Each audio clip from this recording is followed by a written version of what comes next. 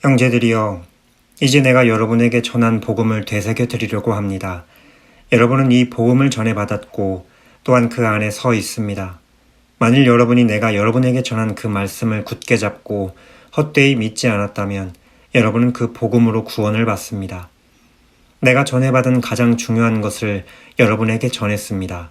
그것은 그리스도께서 성경의 말씀대로 우리 죄를 위해 죽으시고 장사되셨다가 성경의 말씀대로 3일째 되던 날 다시 살리심을 받아 게바에게 나타나시고 그 다음으로 12제자에게 그 후 500명이 넘는 형제들에게 동시에 나타나셨으니 그 가운데 대부분이 지금도 살아있고 어떤 사람들은 잠들었습니다. 그 후에 야고보에게 나타나셨고 그 다음으로 모든 사도들에게 마지막으로 다리 차지 못한 채 태어난 사람과 같은 내게도 나타나셨습니다. 나는 사도들 가운데 가장 작은 사람이요 사도라 불릴 자격도 없는 사람입니다. 이는 내가 하나님의 교회를 핍박했기 때문입니다. 그러나 오늘날 내가 나 된 것은 하나님의 은혜로 된 것입니다. 내게 주신 그분의 은혜가 헛되지 않아 내가 어느 사도보다 더 많이 수고했습니다. 그러나 이것은 내가 한 것이 아니요 오직 나와 함께 하신 하나님의 은혜로 한 것입니다. 그러므로 나나 그들이나 우리가 이렇게 복음을 전파하고 있으며 여러분도 이렇게 믿었습니다. 그리스도가 죽은 사람들 가운데서 나타나셨다고 전파되고 있는데 왜 여러분 가운데 어떤 이들은 죽은 사람의 부활이 없다고 합니까? 죽은 사람의 부활이 없다면 그리스도께서도 다시 살리심을 받지 못하셨을 것입니다. 만일 그리스도께서 살리심을 받지 못했다면 우리가 전파하는 것도 헛되고 또 여러분의 믿음도 헛되며 또 우리가 하나님의 거짓 증인으로 드러날 것입니다. 만일 죽은 사람들이 다시 살지 못한다면 하나님께서 그리스도를 살리시지 않으셨을 것입니다. 만일 죽은 사람들이 다시 살지 못한다면 그리스도께서도 살리심을 받지 못하셨을 것입니다.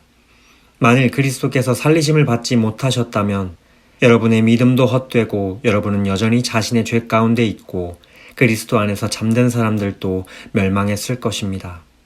만일 우리가 그리스도 안에서 가진 소망이 이 세상의 생명뿐이면 모든 사람들 가운데 우리가 가장 불쌍한 사람들일 것입니다.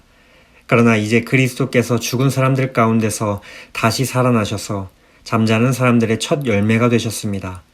한 사람으로 인해 죽음이 들어왔으니 한 사람으로 인해 죽은 사람들의 부활도 옵니다. 곧 아담 안에서 모든 사람이 죽은 것 같이 그리스도 안에서 모든 사람이 생명을 얻을 것입니다. 그러나 각각 차례대로 될 것이니 먼저는 첫 열매인 그리스도이시요 그 다음은 그리스도께서 다시 오실 때 그분에게 속한 사람들입니다. 그 다음에 세상의 마지막이 올 것인데 그때는 그분이 모든 권력과 권세와 권능을 멸하시고 그 나라를 하나님 아버지께 바칠 것입니다. 하나님께서 모든 원수들을 그리스도의 발 아래 두실 때까지 다스리셔야 합니다. 멸망당할 마지막 원수는 죽음입니다. 성경에 이르기를 하나님께서 만물을 그분의 발 아래 두셨다라고 했습니다. 그러나 만물을 발 아래 둔다고 할 때 만물을 그분에게 복종하게 하신 분은 그 안에 들지 않은 것이 분명합니다. 만물을 그분께 복종하게 하신 때는 아들 자신도 만물을 복종하게 하신 분에게 복종하게 될 것입니다. 이는 하나님께서 만유의 주가 되시려는 것입니다. 만일 부활이 없다면 죽은 사람을 대신해서 세례받은 사람들은 왜 그렇게 하는 것입니까? 만일 죽은 사람들이 전혀 다시 살아나지 못한다면 왜 그들을 위해 세례를 받는 것입니까? 그리고 왜 우리는 시시각각으로 위험을 무릅쓰겠습니까? 형제들이여, 내가 그리스도 예수 우리 주 안에서 가진 내 자랑인 여러분을 두고 단언합니다만 나는 날마다 죽습니다.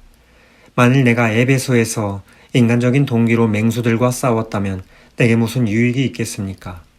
만일 죽은 사람들이 살아나지 못한다면 내일 죽을 것이니 먹고 마시자라고 할 것입니다. 속지 마십시오. 나쁜 친구들이 좋은 습관을 망쳐버립니다. 정신을 똑바로 차리고 죄를 짓지 마십시오. 하나님을 알지 못하는 사람들이 있으므로 여러분을 부끄럽게 하기 위해 내가 이런 말을 합니다. 그러나 어떤 사람은 죽은 사람들이 어떻게 살아나며 어떤 몸으로 옵니까? 라고 물을 것입니다. 어리석은 사람이여, 당신이 뿌리는 씨가 죽지 않고서는 살아날 수 없습니다. 당신이 뿌리는 것은 장차 생겨날 몸 그 자체가 아니라 밀이나 다른 곡식이든지 다만 씨앗을 뿌리는 것입니다. 그러나 하나님께서는 뜻하시는 대로 그 씨에 몸을 주십니다. 곧 각각의 씨에 각기 고유한 몸을 주십니다. 모든 육체가 다 같은 육체가 아닙니다. 사람의 육체가 다르고 짐승의 육체가 다르고 새의 육체가 다르고 물고기의 육체가 다릅니다. 또 하늘에 속한 몸들이 있고 땅에 속한 몸들이 있습니다. 그러나 하늘에 속한 몸들의 영광이 다르고 땅에 속한 몸들의 영광이 다릅니다. 해의 영광이 다르고 달의 영광이 다르고 별들의 영광이 다릅니다. 별과 별의 영광이 서로 다릅니다. 죽은 사람들의 부활도 이와 같습니다. 썩을 몸으로 묻히지만 썩지 않을 것으로 살아납니다. 비천한 가운데 묻히지만 영광 가운데 살아납니다. 약한 사람으로 묻히지만 강한 사람으로 살아납니다.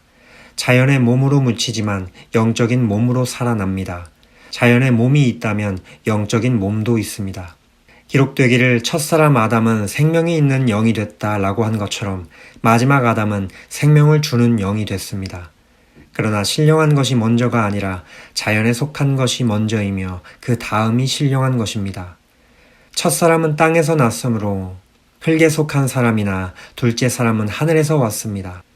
그 흙에 속한 사람과 같이 저 흙에 속한 사람들도 그러하고 그 하늘에 속한 사람과 같이 저 하늘에 속한 사람들도 그러합니다. 우리가 흙에 속한 사람의 형상을 입은 것처럼 또한 우리는 하늘에 속한 사람의 형상을 입을 것입니다. 형제들이여, 내가 말하고자 하는 것은 이것입니다. 곧 살과 피는 하나님 나라를 이어받을 수 없고 썩을 것은 썩지 않을 것을 이어받을 수 없습니다. 보십시오. 내가 여러분에게 비밀을 말합니다. 우리는 다 죽지 않고 모두 변화할 것입니다. 마지막 나팔 소리에 순식간에 다 그렇게 될 것입니다. 나팔 소리가 나면 죽은 사람들이 썩지 않을 몸으로 살아나고 우리도 변화할 것입니다. 이 썩을 몸이 썩지 않을 것을 입어야 하고 이 죽을 몸이 죽지 않을 것을 입어야 합니다. 이 썩을 몸이 썩지 않을 것을 입고 이 죽을 몸이 죽지 않을 것을 입을 때는 기록되어 있는 이 말씀이 이루어질 것입니다. 사망이 삼켜져 승리를 얻었도다. 사망아, 내 승리가 어디 있느냐? 사망아, 내 독침이 어디 있느냐? 사망의 독침은 죄요, 죄의 권세는 율법입니다. 그러나 우리 주 예수 그리스도를 통해 우리에게 승리를 주시는 하나님께 감사를 드립니다. 그러므로 내 사랑하는 형제들이여, 굳게 서서 흔들리지 마십시오. 여러분의 수고가 주 안에서 헛되지 않음을 알고 항상 주의 일에 더욱 힘쓰는 사람들이 되십시오.